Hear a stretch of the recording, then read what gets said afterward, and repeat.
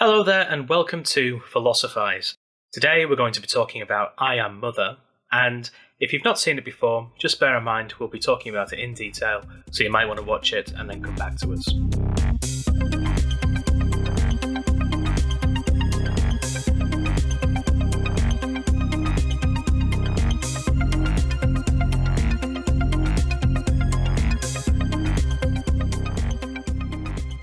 So today we are going to be discussing I Am Mother, and Dave, since you picked the film, do you want to give us a précis of what the narrative was about?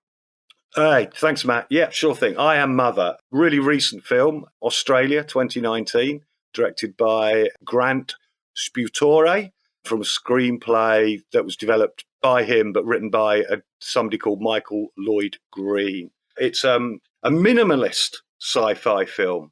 There's really three main characters. There's Mother, who is a robot or artificial intelligence.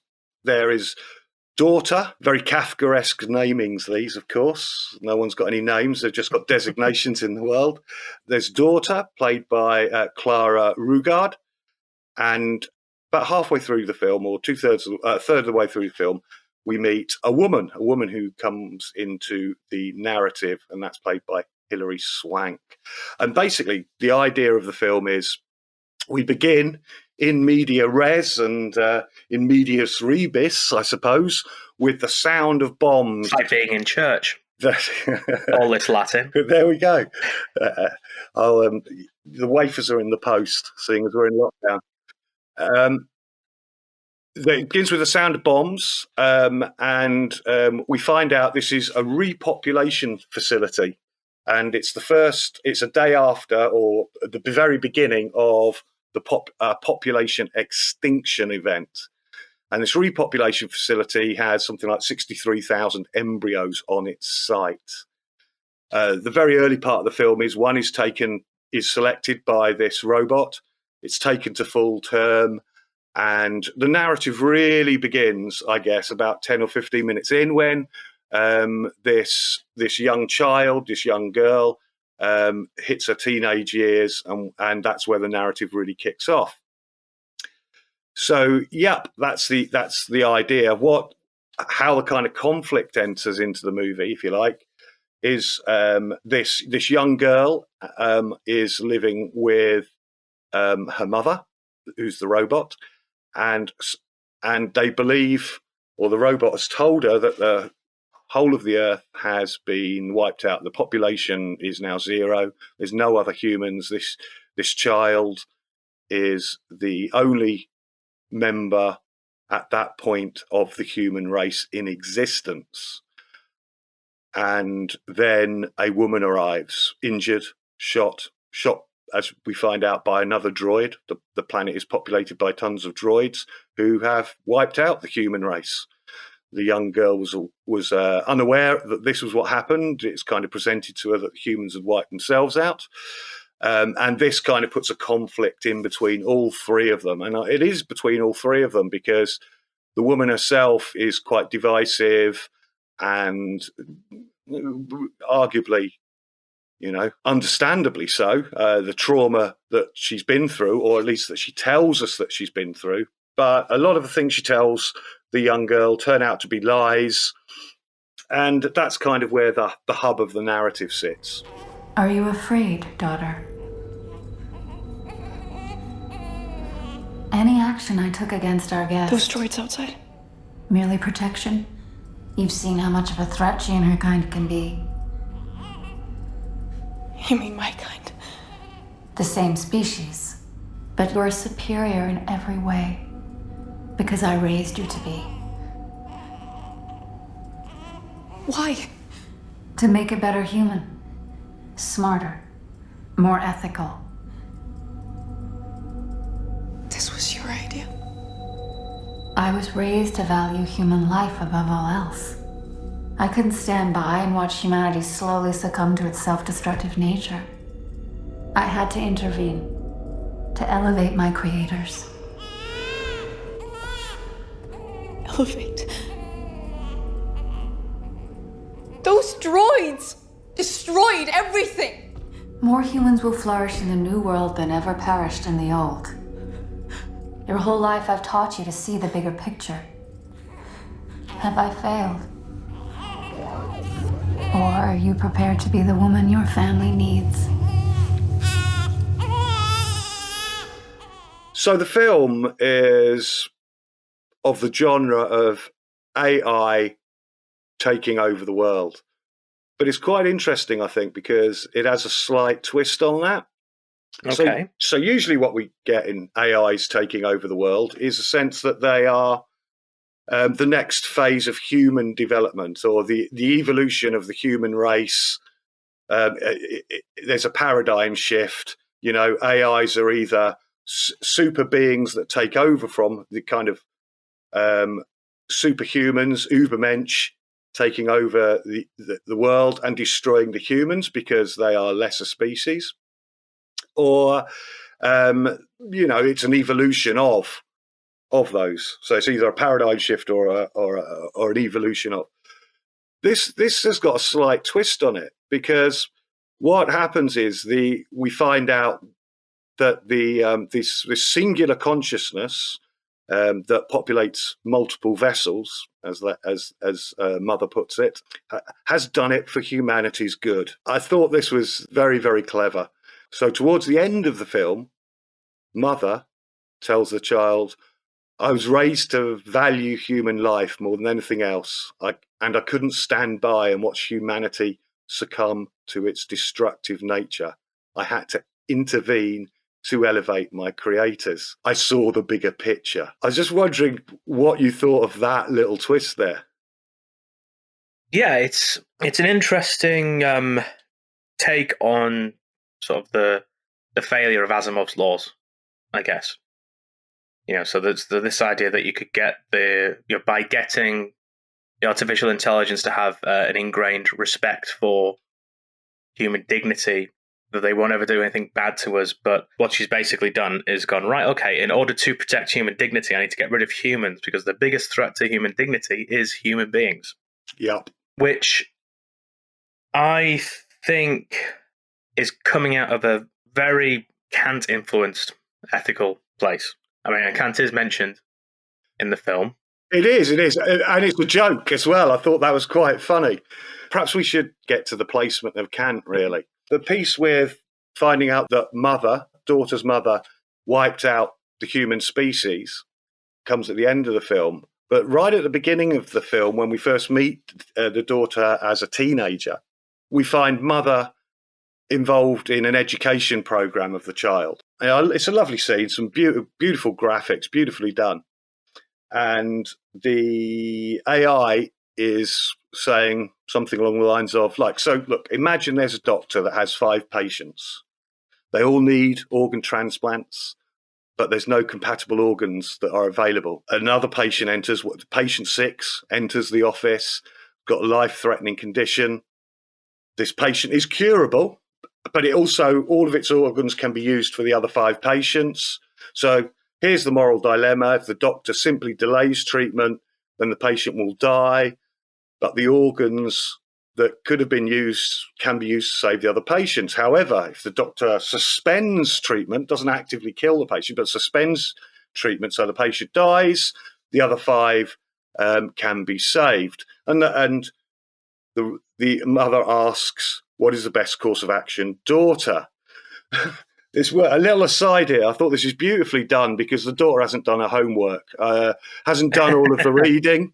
So the AI gives her a bit of a prompt. We've all been there. The fundamental axiom, says Mother, suggests a person is morally obligated to minimize the pain to the greatest number of people. So what is the right choice? The daughter then comes back and asks a number of questions. Do I know these 5 patients? Are they good humans? Are they honest, dishonest, lazy, hardworking, philosophers, or useful members of society? And she then asks, well, look, I'm a life-saving doctor. Me giving my life up for somebody actually cause more harm. They might be murderous thieves or go on to harm even more people.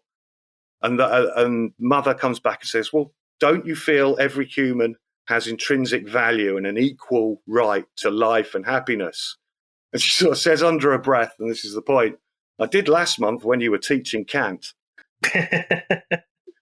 There's a shift. We've done Kant a month ago, and now you're presenting me with a different scenario here to think through the same problems. So you brought Kant up. Perhaps you just want to tell us how you saw the film through a Kantian lens, and then perhaps we can then return back to the specific problems in the film and played out there. Yeah, sure. So really, to understand what Kant's trying to get at in his ethics is to say we need to get towards what he calls a kingdom of ends, which is a world in which everyone is acting completely rationally for the good of everyone from an enlightened position where people put their sort of selfish interests aside and pursue only that which is good for the community. And any attempt to do otherwise is actually a violation of the dignity of others, and also a violation of your own dignity. And that's why it's not rational, because we're all rational beings. We're all potentially enlightened and civilized and educated. And if we do something against another rational being, we're really doing something against ourselves, because we have that in common. We're contradicting ourselves. So it's an argument. It's an argument for the collective, in a sense. Yeah, it's an argument for the collective, sort of trying to find that collective within ourselves, and that the only moral acts are those which are in conformity with the collective, or as he puts it, in what's universalizable. If I do this, does it make sense for everyone to do it? Some topical-ish example would be panic buying. If I get an extra loaf of bread and put it in the freezer, does that make rational sense? For Kant, it wouldn't, because what you're doing when there's a short supply, what you're doing is making it harder for other people to make that same decision. So your decision actually deprivileges other people. And it's not the effect that's the problem, it's the fact that you're saying, well, a different set of laws apply to me, I'm separate. So the idea for Kant is that there's only one moral law that applies to everyone equally, and anyone attempting to deviate from it is acting immorally and irrationally and against themselves. This argument, is very familiar to us in a lot of ways. It's, if you like, a hang on from the religious argument, or in the same sphere as that, sure, in the sense that there's got to be some kind of objective way in which we can posit moral values in order to say what we should all do, and we should all obey those laws. Yeah. Or am I missing something there? No, you're right. But why Kant would argue that it's not religious is that he thinks this is seated in human nature itself. So he's actually he argues a lot against, and he's one of the first moralists to really strongly argue against the idea that religion can be the foundation of morality. Yeah, sorry. I mean, I was just saying that it had an objective base. I wasn't saying, in a sense, it's an evolution then, rather than the paradigm shift. We were just talking about, it's an evolution of the argument rather than a paradigm shift away from the argument, because it's still got the same thing at its base. We can have all of the benefits of religion-based morality, except that we don't have to worry about the superstition. We don't have to go to church on Sunday or to the mosque or to the temple, and we can still be moral beings. Yes. Cool. So how do you think that plays out in the film then? I think what Mother's trying to do is purify the human race. It reminded me of the Great Flood in Genesis. Yeah, totally. I mean, she's a new Eve, isn't she, in a sense? Yeah. Yeah, you could look at it that way, yeah.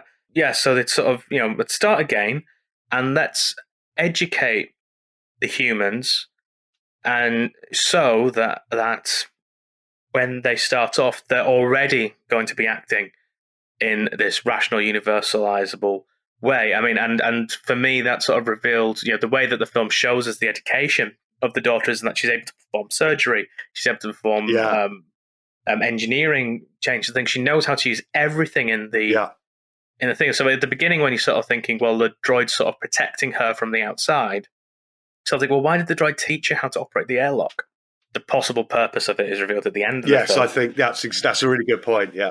But for me, the level of education and competence and character and discipline that the daughter has in other sci-fi could only really be compared to Star Trek in its high era, with this idea that everyone in Starfleet is this perfect person who is never going to do anything selfish, is totally committed to the benefit of other people, is entirely competent. Everyone has a really good understanding of the level of science and education of these things. Someone who's very talented, well cultivated, entirely capable. It's almost a superhuman through education.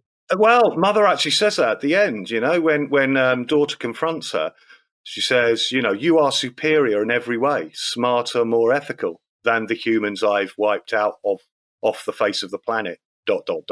It's a happier and more productive. Yeah, exactly. Yeah, brilliant. Yeah. That makes it quite unique compared to other sci-fis where the AI misunderstands the imperative. Let's just say, for example, in Logan's Run, where the AI seems to misunderstand the idea it needs to keep as many people alive as possible, and so kills everyone at an early age so that it can maximize the number of people that it can keep alive. So like where you've got this sort of machinic logic messing it up. With this, you've kind of got the machine going, right, well, I quite like the way that Kant organizes the world, and I'm not actually a rational being, so I can get away with just killing everyone and trying to make this happen. So I can do this in intervention for them, and they will be better off for it. That's interesting. So what you're saying there is the mother as the AI is outside the set, is a non-human entity who clearly can in some ways you might can sacrifice itself. Yeah, and we think it does sacrifice itself for a short amount of time. That doesn't turn out to be the case. So I could sacrifice myself for human without violating the law because I am not included within the set that Kant has drawn, so to speak. Yeah, I think so. And I think you can consistently describe Mother as putting humanity's interests above her own within that really distorted and dangerous way of looking at what human beings should be like. Sacrificing human dignity to create human dignity for another set of people that you're going to grow. We've seen that, though, haven't we? I mean, it'd be worth just to think that through from some historical examples, that we don't perhaps need to go into them too deeply. But the idea that you can step outside a moral human sphere to enact a revolution or a political act that has the greater good in mind, sacrificing yourself and the morals of your own self in order for the greater humanity, the big picture, as Mother puts it, happened a number of times throughout history, hasn't it? Yes. It's interesting. It's an interesting take on where that logic takes us. Mother's not what you think. She's taken care of me my whole life. You haven't seen what they've done. I've seen them torch babies, starve families out of there. You have no idea.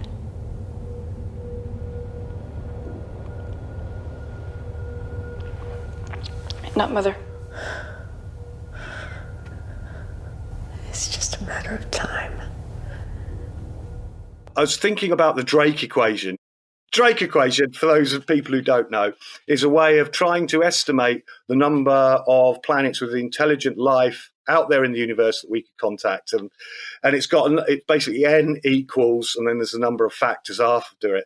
The kind of things are the number of civilizations which humans could communicate with equals, so rate of star formation, number of those stars that have planets, number of those planets that can support life, number of those life-supporting planets that actually develop life, that then develops into intelligence, that then has enough fingers and thumbs, so to speak, to actually build technology, because we've got intelligent apes on this planet and intelligent whales, but they can't build spacecraft, blah, blah, blah. And when you do the factors, it works out there's hundreds of billions of planets, but a guy called Jared Diamond has recently been talking about this quite a lot, a scientist and writer from America, and he's very doubtful. He thinks that the Drake equation's missing a fundamental factor, and that is the prudence of us actually making contact with another species. He says the most dangerous people on the planet at the moment are those naive scientists who think that we should contact, because let's look at what's happened on Earth. The moment we've met other societies, we've killed and conquered them. Yeah, that we being any society that's met another society. And what do we do with intelligent animals? We put them in zoos, we kill whales, we experiment on chimps. What's to think that if a superior human intelligence arrived on Earth wouldn't do exactly the same to us? But his point is actually more fundamental than that. And he asks, but the Drake equation actually tends towards 0 or towards 1 at any one time. Why? Because he asks, how much longer will we last? We have 50 years before we wipe ourselves out in some way, environmentally, militaristically. So the Drake equation seems to be an unending kind of equation whereby there's going to be continual evolution and development of those civilizations over time. Whereas Diamond think there's a very, very small window between getting to the point where you can communicate with other civilizations in the stars and we kill ourselves off. And that's what's really happened in this film here, isn't it? It's one way in which you could say the human race was going to kill itself off and is being given another chance to escape that, what Diamond would see as inevitability. The inevitability that any intelligent species will wipe itself out a very short time after it gets the technology in which it can wipe itself out. Yeah, I mean, that's one answer to the drug equation. They're all dead. Why aren't there any more children, Mother? There used to be, before the wars. I don't want to be a human. Why is that? They ruined everything. Humans can be wonderful. Then why did you only make one? I mean, for me, the philosophical context of Mother's education plan is Plato's Republic. Well, basically the idea that, you need to be careful about what you teach and make sure that you're teaching people to function properly and justly within a society, but also that it is legitimate to lie. Yes. In order to create that society. And Plato's Republic ends up with a foundation myth, like to teach people to create cohesion.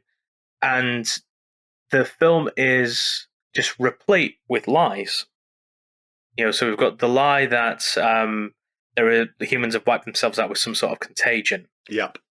And the lie that the daughter shouldn't let anything in. So there's the scene where she finds a mouse. Yep. Presumably the mouse has been put there so daughter can find it, so that mother can kill the mouse, incinerate it in front of her, so that daughter's convinced that mother does not want her to have any contact with the outside. And at first you're sort of like, oh, well, that's not going to work, because you think the mother's acting out of programming and sort of genuinely trying to protect her. But as the film develops and different stories, particularly when the woman arrives, like the escapee returning to the cave, almost with sort of a different story to tell, and everything starts not adding up. Mother tries to frame the woman by lying about who shot her, with what gauge of bullet it was and things like that, but while also giving her the knowledge and all of the equipment she needs to verify that claim. Yeah, and that's played out throughout the movie, isn't it? Because what happens at the very end, it might be worth saying that, because that really... Yeah, so at the very end where, we've already talked about where, so the daughter asks to be given custody of the human, saying, no, your job's done now, then just go away and let me do the thing. It's sort of a bit like when Captain Kirk sort of tricks the AI into leaving it alone, and it sort of feels like that was persuasion, but then it turns out that she's gone to speak to the woman outside, and she says something like, who'd have thought that you'd have been able to survive no use to anyone until now, and then sort of closes the door, presumably to kill her, get rid of her. Curious, isn't it? That you've survived so long where others have not. As if someone's had a purpose for you.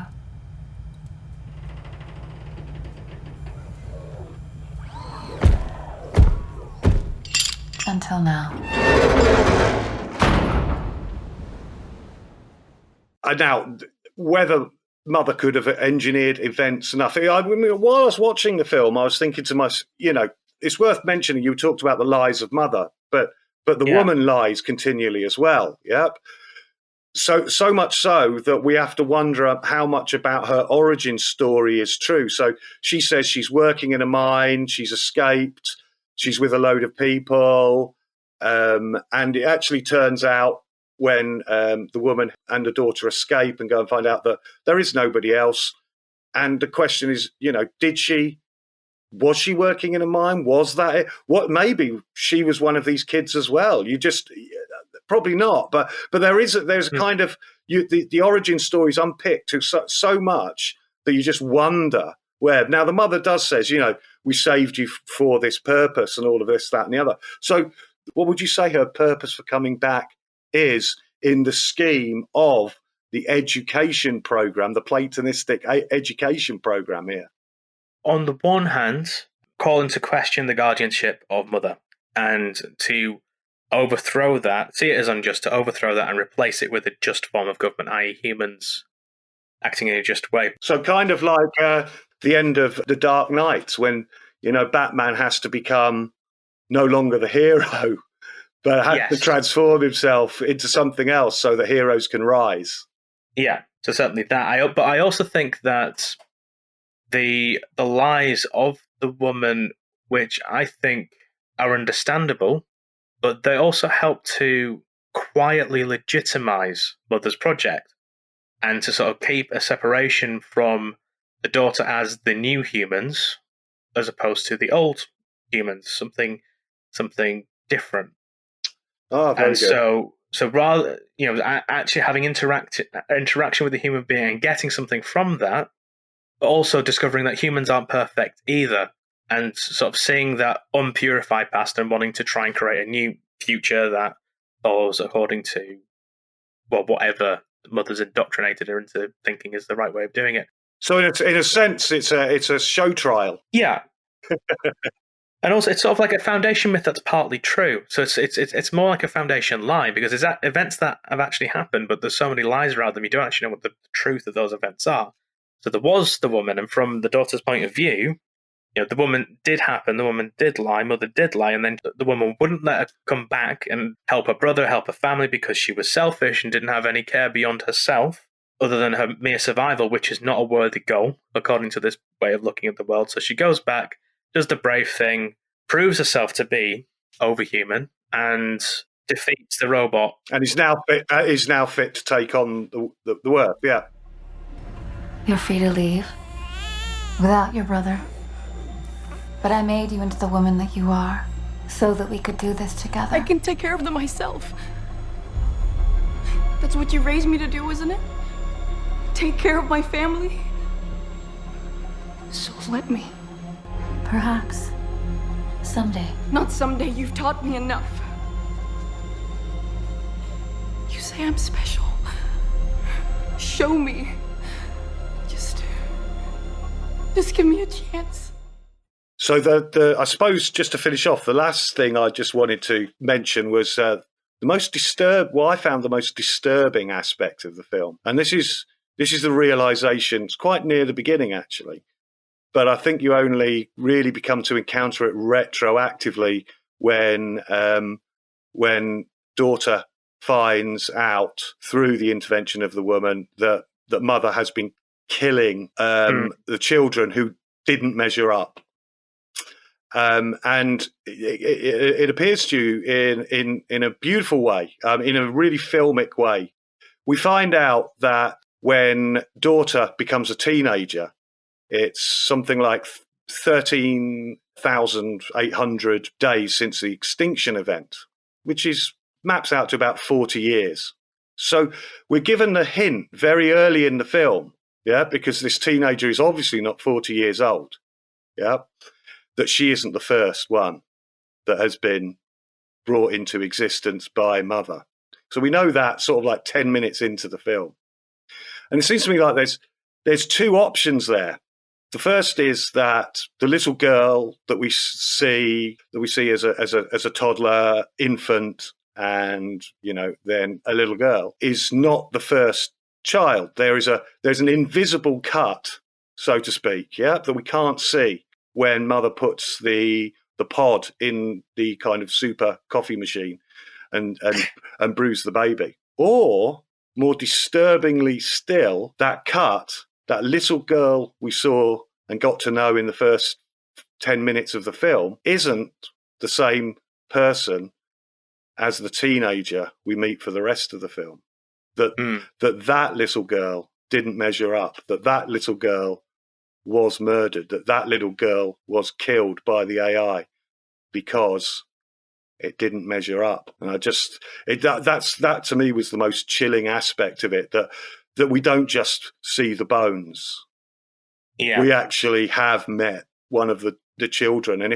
And you've then got to do bits of math and think to yourself, how many children died in the early part of the film that we don't see while mother is learning to be a mother. I'd say the simplest way of reading, there is an answer to that, because I think she's ID 3 or something. So there is a bit where you sort of see that there's 2 or 3 empty slots before her. Yeah. And she finds some of the things. And for me, that it's more frightening. I mean, obviously that could have been a lie in some way. You know, there's no reason why mother couldn't have faked that. But the reason why I find that more disturbing is how it didn't take 40 years worth of failed attempts for the AI to do it, because that's the real sort of eerie thing about how AI technology is developed. Is it's not a question of it going wrong as it going right. It's very good at doing stuff. You know, philosophers used to write books about what computers will never be able to do, and now it's harder to imagine a computer not being able to do anything. Modern AI does work through this sort of, it has to go through a process of learning and it's trying different things and then testing to see if the outcome works to develop its algorithm. And it's sort of, actually, mother only took a few attempts. It got there. I think that's a bit eerier. I think they both circle on each other, because if this is just about 40 years, and how old do we think the girl is? It's never really, daughter is 16, would you say? Something like that. Yeah, 16. Well, 16 plus 16 is what? 32. So yeah, so that would work out. This is the third attempt, perhaps. The others got to that kind of age. But I suppose the disturbing point for me is the affective dimension of the fact that we've actually seen, from mother's perspective, one of the mistakes early on in the film. And it's that edit when you think you're just, which we're used to in film. Yeah. You jump from one age to another. Yeah. And there's a continuity through the image, a match cut, the way in which you cut from one image to another. And it's assumed that you've gone just later in the life of another human being. Whereas if you think about it, what the film seems to imply is that because of the way in which there's continuity from the very beginning of day one of the film, that first child that we meet is either a different child or at different ages, several different children. We've actually met and seen all of the, parts of the lives of those children that were killed. And it just seemed to me, if you look at the film that way, the horror of the event really does feel far more visceral. Perfect, isn't he?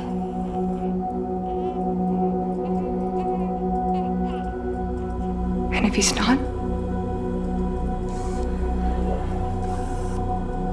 You murdered your own children. Because they didn't measure up. But you do, daughter. Okay, Dave, so now we're at the end. Can you tell me one thing that you thought was interesting about this film that we didn't have time to talk about? Yeah, sure. I guess it's the effective dimensions of the film. I just loved the in a sense the coldness of it. You've got, so visually that pans out with the vastness of the dormitory with just the girl on the bed, the vastness of the nursery unit, but most of all with the soundscape. The music is doing something that I think is happening quite a lot in modern sci-fi, where you're pushing it down. It's noises. It's not emotive. It's not trying to direct your feelings in any way, shape or form. It's uncomfortable, uneasiness. It feels like it's not doing the job it should, but through not doing the job it should, it is doing exactly the job it should. there's a kind of Brechtian distancing effect to it that makes you uncomfortable. Cool. I hadn't noticed that myself, but I think you're right. For me, it was the first act, and I don't know. I think it was just sort of presenting something uncomfortable about ideas of motherhood, and the idea that a machine could be an object of love and affection and a fulfilling emotional connection with an infant growing up, and to get those affections and all those shots of the daughter hugging the robot, which is something sort of totally artificial to us, but how the daughter saw mother as a mother, and as even though it's just machines and wires, it makes no attempt to look like a human being, but fully embracing the machine, which obviously turns out to be a danger. I just thought I didn't really have that much to say about it. I just thought it was a bit eerie, challenging a few preconceptions, and I think thought provoking. Yeah, I actually think those two things enter into collaboration there, because